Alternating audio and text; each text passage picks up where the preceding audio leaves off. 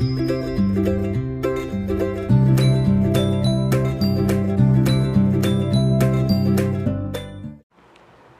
दोस्तों, मैं पीयूष राठौर एक बार फिर स्वागत करता हूं आपका स्टडी ऑन क्लासेस के यूट्यूब चैनल में। तो दोस्तों लास्ट क्लास में बात की थी सब्जेक्ट स्ट्रेंथ ऑफ मटेरियल की। तो दोस्तों उसी श्रृंखला में आगे बढ़ते हुए आज हम बात करेंगे डेमो क्लास नंबर 2 की। और दोस्तों क्लास को स्टार्ट करने से पहले मैं आपसे कहना चाहता हूँ कि जो भी पॉलिटेक्निक सेकेंड ईयर की पेड क्लासेस का बैच ज्वाइन करना चाहता है वह मॉर्निंग में सुबह 9 बजे तक बैच ज्वाइन कर सकता है। उसके बाद दोस्तों कल बैच ज्वाइन नहीं हो पाएगा। उसके बाद दोस्तों बैच ज्वाइन परसों से होगा, यानी 2 सितंबर से स्टार्ट होगा। और कल से दोस्तों हमारी पेड पर लाइव क्लासेज स्टार्ट हो जाएगी शाम को 5 बजे से। तो जिसको भी बैच ज्वाइन करना हो वो कल मॉर्निंग में सुबह 9 बजे तक बैच ज्वाइन कर सकता है। और दोस्तों उसकी जो फीस है सेकेंड ईयर की वो 1500 रुपये पर सब्जेक्ट है। दोस्तों सेकेंड ईयर की नहीं, फर्स्ट ईयर चाहे वो फर्स्ट ईयर हो चाहे वो थर्ड ईयर हो, हर सब्जेक्ट की फीस 1500 रुपये पर सब्जेक्ट के हिसाब से है। कल से हमारा सेकंड ईयर का बैच स्टार्ट हो रहा है जिसमें फ़िलहाल 2 सब्जेक्ट की क्लास स्टार्ट होएगी, सोम और एफएम, जो कि सिविल ब्रांच और मैकेनिकल ब्रांच दोनों ब्रांच में कॉमन सब्जेक्ट है। तो दोस्तों जिसको भी पेड क्लासेस ज्वाइन करनी हो वह कल मॉर्निंग में 9 बजे तक बैच ज्वाइन कर सकता है। तो दोस्तों बात करते हैं आज के हम सेकेंड डेमो क्लास के बारे में। तो दोस्तों हमारा सब्जेक्ट कोड है CEMA 201। दोस्तों सब्जेक्ट है हमारा सोम, जिसके बारे में हम डिस्कस करने वाले हैं। और दोस्तों डेमो क्लास नंबर है हमारी सेकेंड, डेमो क्लास नंबर 2। तो दोस्तों आज की क्लास का हमारा पहला टॉपिक है बाह्य बल के कारण छड़ में उत्पन्न विरूपण।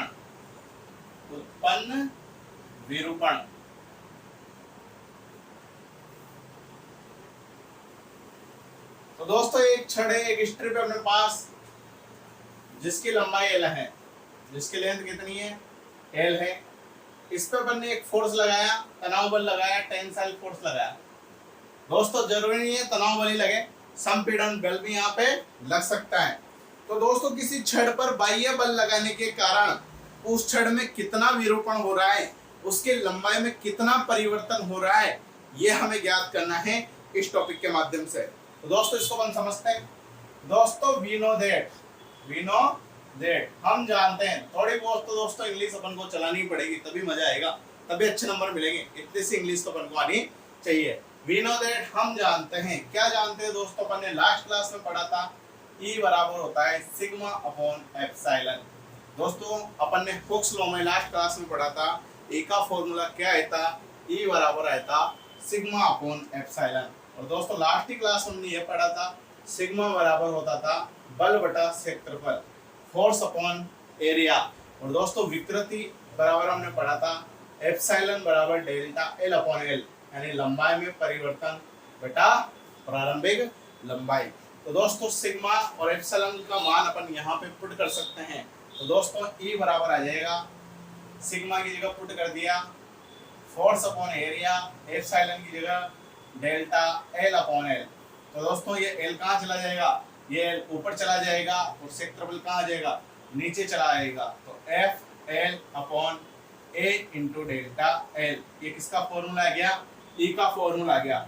लेकिन दोस्तों हमें फॉर्मूला किसका चाहिए, हमें फॉर्मूला चाहिए विरूपण का। विरूपण यानी लंबाई में परिवर्तन का। दोस्तों जितना लंबाई में परिवर्तन होगा वही तो क्या कहलाएगा, विरूपण कहलाएगा, डिफ्लेक्शन कहलाएगा। तो दोस्तों डेल्टा L का मान हमें ज्ञात करना है। तो डेल्टा L को इधर ले जाएंगे और E को इधर ले आएंगे। तो दोस्तों डेल्टा L बराबर आ जाएगा FL अपॉन A और E कहाँ जाएगा, इधर आ जाएगा। तो फॉर्मूला हो गया डेल्टा L बराबर FL अपॉन A। दोस्तों बहुत ही इंपॉर्टेंट फॉर्मूला है। किसी भी छड़ में बाह्य बल लगाने के कारण उस छड़ में कितना विरूपण होता है, कितना डिफ्लेक्शन होता है, उसको अपन इस फॉर्मूले के द्वारा रिप्रेजेंट कर सकते हैं। दोस्तों ये फॉर्मूला अपन को याद रहेगा तभी हम न्यूमेरिकल को सोल्व कर सकते हैं। यानी दोस्तों न्यूमेरिकल को सोल्व करने के लिए ये फॉर्मूला बहुत ही इंपॉर्टेंट रोल प्ले करेगा। ठीक है दोस्तों, ये तो बात होगी बाह्य बल के कारण छड़ में उत्पन्न विरूपण की। अब दोस्तों बात करते हैं एक इंपॉर्टेंट नोट की। दोस्तों ये नोट बहुत ही इंपॉर्टेंट है, ये नोट हमें याद रहेगा तभी हम इस चैप्टर के न्यूमेरिकल अच्छे से सॉल्व कर सकते हैं। दोस्तों नोट ये है, यदि अपन क्वेश्चन के अंदर फोर्स को किलोग्राम में लेंगे या फोर्स अपन को किस में दिया हुआ रहेगा, किलोग्राम में दिया हुआ रहेगा, तो अपन जो लेंथ लेंगे दोस्तों, लेंथ हुआ या डायामीटर हुआ यानी लंबाई हुई या व्यास हुई, इनका मान हम सेंटीमीटर में लेंगे। तो दोस्तों ये इंपॉर्टेंट बात है, किसी न्यूमेरिकल में किसी क्वेश्चन में यदि फोर्स किलोग्राम में दिया हुआ है तो उसकी ऑल डायमेंशन जैसे लेंथ हुई, एरिया हुआ या डायामीटर हुआ, व्यास हुआ, इनको किस में लेंगे अपन, सेंटीमीटर में लेंगे। और दोस्तों यदि जो फोर्स है वह न्यूटन में रहा, किसमें रहा, न्यूटन में रहा, यानी जो क्वेश्चन में अपन को फोर्स दे रखा है वह न्यूटन में दे रखा है, तो लेंथ या डायमीटर जो लेंगे हम दोस्तों किस में लेंगे, वो मीटर में लेंगे। किस में लेंगे, मीटर में। तो किलोग्राम में यदि फोर्स है तो अपन लेंगे सेंटीमीटर में, और न्यूटन में यदि फोर्स है तो अपन किस में लेंगे, मीटर में। दोस्तों बहुत ही इंपॉर्टेंट बात है, ये बहुत से टीचर नहीं बताते और स्टूडेंट इसमें क्या रहता है, कंफ्यूजन रहता है, कभी न्यूटन ले लिया, कभी मीटर ले लिया, कभी किलोग्राम में मीटर ले लिया, सेंटीमीटर ले लिया, ये दिक्कत आपकी सॉल्व हो जाएगी। यदि फोर्स किलोग्राम में रहेगा तो लेंथ और डायमीटर को अपन सेंटीमीटर में लेंगे, और फोर्स न्यूटन में रहेगा तो लेंथ और डायमीटर को अपन किस में लेंगे, मीटर में लेंगे। तो ठीक है दोस्तों, आज जो भी हमने पढ़ा और लास्ट क्लास हमने जो भी पढ़ा था उन टॉपिक के बेस पर कुछ क्वेश्चन करते हैं जिससे हमारे कंसेप्ट और अच्छे से क्लियर हो सके और हमें पता भी चल जाए कि एग्जाम में किस प्रकार के क्वेश्चन इस चैप्टर से आते हैं। तो अब हम आगे चलते हैं।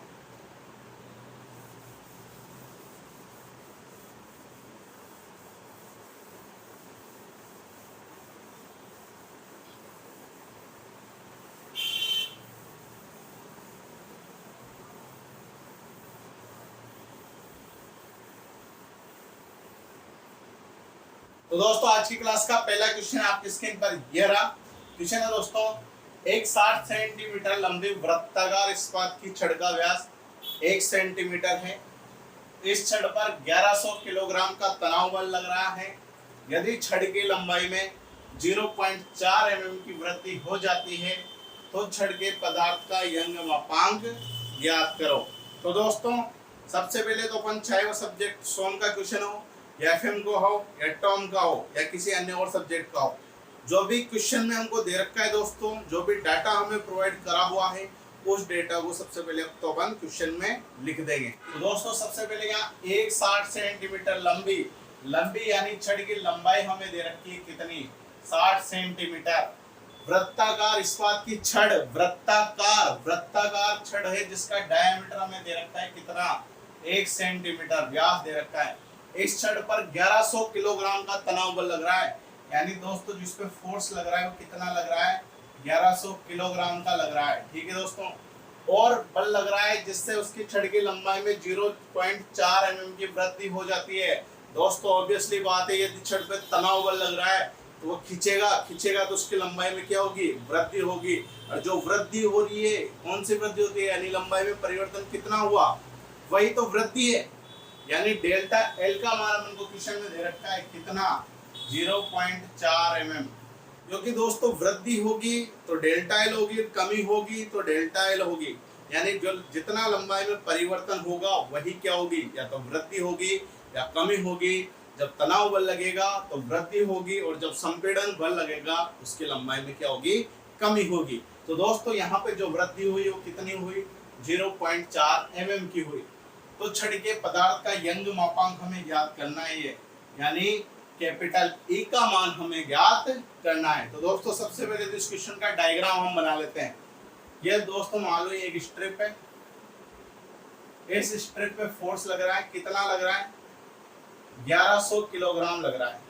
टेंसाइल फोर्स लग रहा है, तनाव बल लग रहा है, उसकी डायरेक्शन ऐसे रहेगी 1100 किलोग्राम। इसकी जो लंबाई है दोस्तों कितनी है, इसकी लंबाई है 60 सेंटीमीटर। ठीक है दोस्तों, अब दोस्तों में ज्ञात करना है यंग मापांक। और किसी भी छड़ पर तनाव बल लगाने पर या संपीड़न बल लगाने पर, जिसको हम बाह्य बल बोलते हैं, बाह्य बल लगाने पर उसमें कितना विरूपण होता है वह फॉर्मूला हम जानते हैं। हम जानते हम जानते हैं कि क्या जानते हैं हमने पढ़ा है डेल्टा एल बराबर होता है एफ एल अपॉन ए ई। अभी कुछ देर पहले हमने ये फॉर्मूला पढ़ा है। अब दोस्तों क्वेश्चन में पदार्थ का यंग मापांक ज्ञात करना है। यंग मापांक ज्ञात करना है, इसका मतलब कैपिटल ए का मान हमें ज्ञात करना है। तो दोस्तों इस ई को यहाँ ले आएंगे और डेल्टा एल को यहाँ ले जाएंगे। तो ई बराबर हो जाएगा एफ एल अपॉन ए इंटू ये डेल्टा एल इधर आ जाएगा, डेल्टा एल। ये ई कहाँ आ गया, ई इधर आ गया। अब दोस्तों इस फॉर्मूले अपन वैल्यू पुट कर देंगे तो अपना क्या आ जाएगा, आंसर आ जाएगा। अब दोस्तों यहाँ पे इम्पोर्टेंट बात ये है कि जो डायमेंशन दे रखी है उसके बारे में अपन डिस्कस करते हैं। दोस्तों यहाँ पे फोर्स किलोग्राम में है, तो जो डायमेंशन रहेगी वो किस में रहेगी, सेंटीमीटर में रहेगी। तो दोस्तों यहाँ पे लेंथ भी सेंटीमीटर में है, इसका डायमीटर, इसका व्यास भी सेंटीमीटर में है। लेकिन दोस्तों यहाँ पे जो लंबाई में परिवर्तन है डेल्टा एल, ये किस में है, ये एमएम में है। तो इस एमएम को सेंटीमीटर में कन्वर्ट करने के लिए क्या करेंगे दोस्तों, 10 का भाग लगाते हैं। याद रखना एमएम को सेंटीमीटर में कन्वर्ट करने के लिए अपन 10 का भाग लगाते हैं। 10 का भाग लगाते हैं, यहाँ आ जाएगा 0.04। कितना आ जाएगा, 0.04। किसमें आ गया, ये सेंटीमीटर में। यहाँ लिख देंगे एमएम को सेंटीमीटर में परिवर्तित करने के लिए 10 का भाग लगाते हैं। 10 का भाग लगाते हैं, ठीक है दोस्तों। अब फोर्स की वैल्यू पुट कर दी 1100, एल का मान पुट कर दिया अपन ने 60, एरिया। अब दोस्तों वृत्ताकार छड़ है और वृत्त का क्षेत्रफल का सूत्र आपने पढ़ा है बचपन में, A बराबर पाई आर स्क्वायर, पढ़ा है दोस्तों। और दोस्तों आपने ये भी पढ़ा है कि जो त्रिज्या होती है वो व्यास की आधी होती है। त्रिज्या क्या होती है, व्यास की आधी होती है। तो हम लिख सकते हैं R बराबर D/2, यानी व्यास का आधा। अब दोस्तों इस फॉर्मूले में R की जगह हम पुट करते हैं D/2, तो D/2 का स्क्वायर, तो पाई D²/4। तो दोस्तों आज से सब्जेक्ट के अंदर, सब्जेक्ट स्ट्रेंथ ऑफ मटेरियल के अंदर अपन को वृत्त के क्षेत्रफल का फॉर्मूला यही याद रखना है, A बराबर पाई/4 D²। ठीक है दोस्तों, पूरे चैप्टर में यही फॉर्मूला हमारे यूज होगा, तो आपको यही याद रखना है। तो दोस्तों एरिया की जगह पाई/4 और D का मान कितना है, डायमीटर का व्यास का मान है 1 का स्क्वायर इंटू डेल्टा एल, और डेल्टा एल का मान है 0.04। अब दोस्तों एग्जाम में आपके कैलकुलेटर अलाउ है, तो कैलकुलेटर से इसे सोल्व करोगे। इसे सोल्व करने के बाद जो आंसर आएगा दोस्तों वो यहाँ लिख दोगे, और दोस्तों उसके पीछे आंसर के पीछे यूनिट लगाओगे, यानी इसका मात्रक लगाओगे। अगर मात्रक नहीं लगाओगे इसके नंबर कट जाएंगे दोस्तों।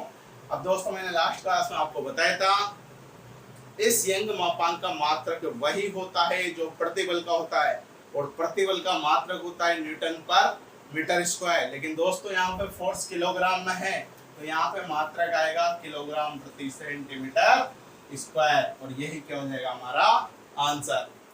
तो ठीक है दोस्तों, इस प्रकार से हम इस क्वेश्चन को सॉल्व कर सकते हैं।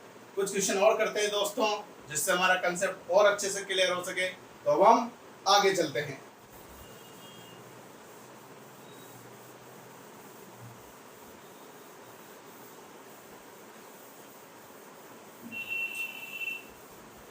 तो दोस्तों जो भी हम पढ़ रहे हैं इन सबके हैंड रिटन नोट्स आपको हमारी ऐप पर अवेलेबल हो जाएंगे। तो जो भी पेड क्लास का बैच ज्वाइन करेगा वहाँ पे उसे नोट्स बनाने की जरूरत नहीं है, हैंड रिटन नोट्स पे मिल जाएंगे। तो आप बाद में जब भी आपको टाइम मिले आप खुद की राइटिंग में हैंड रिटन नोट्स बना सकते हो। तो एक एक चीज़ जो भी मैं बोल रहा हूँ वो सब आपको वहाँ पे लिखी हुई मिल जाएगी। ठीक है दोस्तों,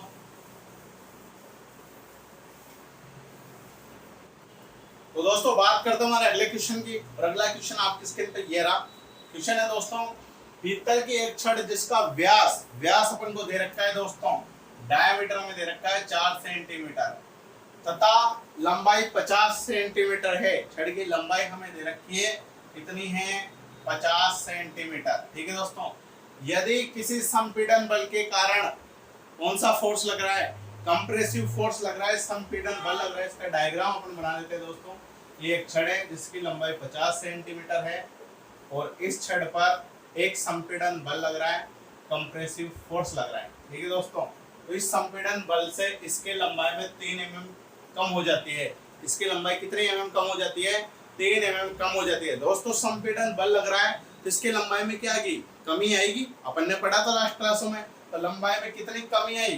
तो जो कमी आई उसको अपन डेल्टा एल से रिप्रेजेंट करेंगे, यानी इसकी लंबाई में कितना परिवर्तन हुआ, कितने का हुआ? 3 mm का। जो दे रखा है डेल्टा एल का मान 3 mm। तो उस बल का मान ज्ञात कीजिए। तो दोस्तों संपीड़न बल का मान अपन को ज्ञात करना है। यदि पीतल के पदार्थ का प्रत्यास्थता गुणांक यानी दोस्तों कैपिटल ई का मान हमें दे रखा है 8 × 10⁶ किलोग्राम प्रति सेंटीमीटर स्क्वायर, तो छड़ में उत्पन्न प्रतिबल तथा विकृति भी ज्ञात कीजिए। तो दोस्तों अपन को सिग्मा का मान भी ज्ञात करना है और एप्सिलॉन का मान भी हमें ज्ञात करना है। तो दोस्तों जब भी किसी छड़ पर अपन बाह्य बल लगाएंगे, चाहे वह तनाव बल हो या संपीड़न बल हो, हमारा एक ही फॉर्मूला काम करता है। हम जानते हैं वी नो दैट, हम जानते हैं और हम क्या जानते हैं? डेल्टा एल बराबर FL/AE। ठीक है दोस्तों, अब दोस्तों अपन को किसका मान चाहिए? फोर्स का मान चाहिए। फोर्स का मान चाहिए तो सारी वैल्यू पुट कर देते इस फॉर्मूले में और फोर्स की जगह लिखा रहने देते हैं। तो किसका मान आ जाएगा हमारे पास? फोर्स का मान आ जाएगा। तो डेल्टा एल का मान दोस्तों यहाँ पे 3 mm है। कितना है? 3 mm। अब दोस्तों सबसे पहले यहाँ पे अपन डायमेंशन की बात करते हैं। तो दोस्तों ई का मान है किलोग्राम प्रति सेंटीमीटर स्क्वायर में। तो दोस्तों जो भी फोर्स का मान आएगा वो किस में आएगा? वो किलोग्राम में आएगा। और जितनी भी डायमेंशन है वो हमको किस में चेंज करनी है, लेंथ वगैरह, वो सेंटीमीटर में। तो दोस्तों डायमीटर ऑलरेडी सेंटीमीटर में है, लेंथ ऑलरेडी सेंटीमीटर में है और दोस्तों यहाँ पे डेल्टा एल mm में है। तो mm को किस में चेंज करना पड़ेगा? इसको सेंटीमीटर में चेंज करना पड़ेगा और सेंटीमीटर में चेंज करने के लिए हम किसका भाग लगाएंगे? 10 का भाग लगाएंगे। तो दोस्तों यहाँ पे आ जाएगा 0.3 सेंटीमीटर।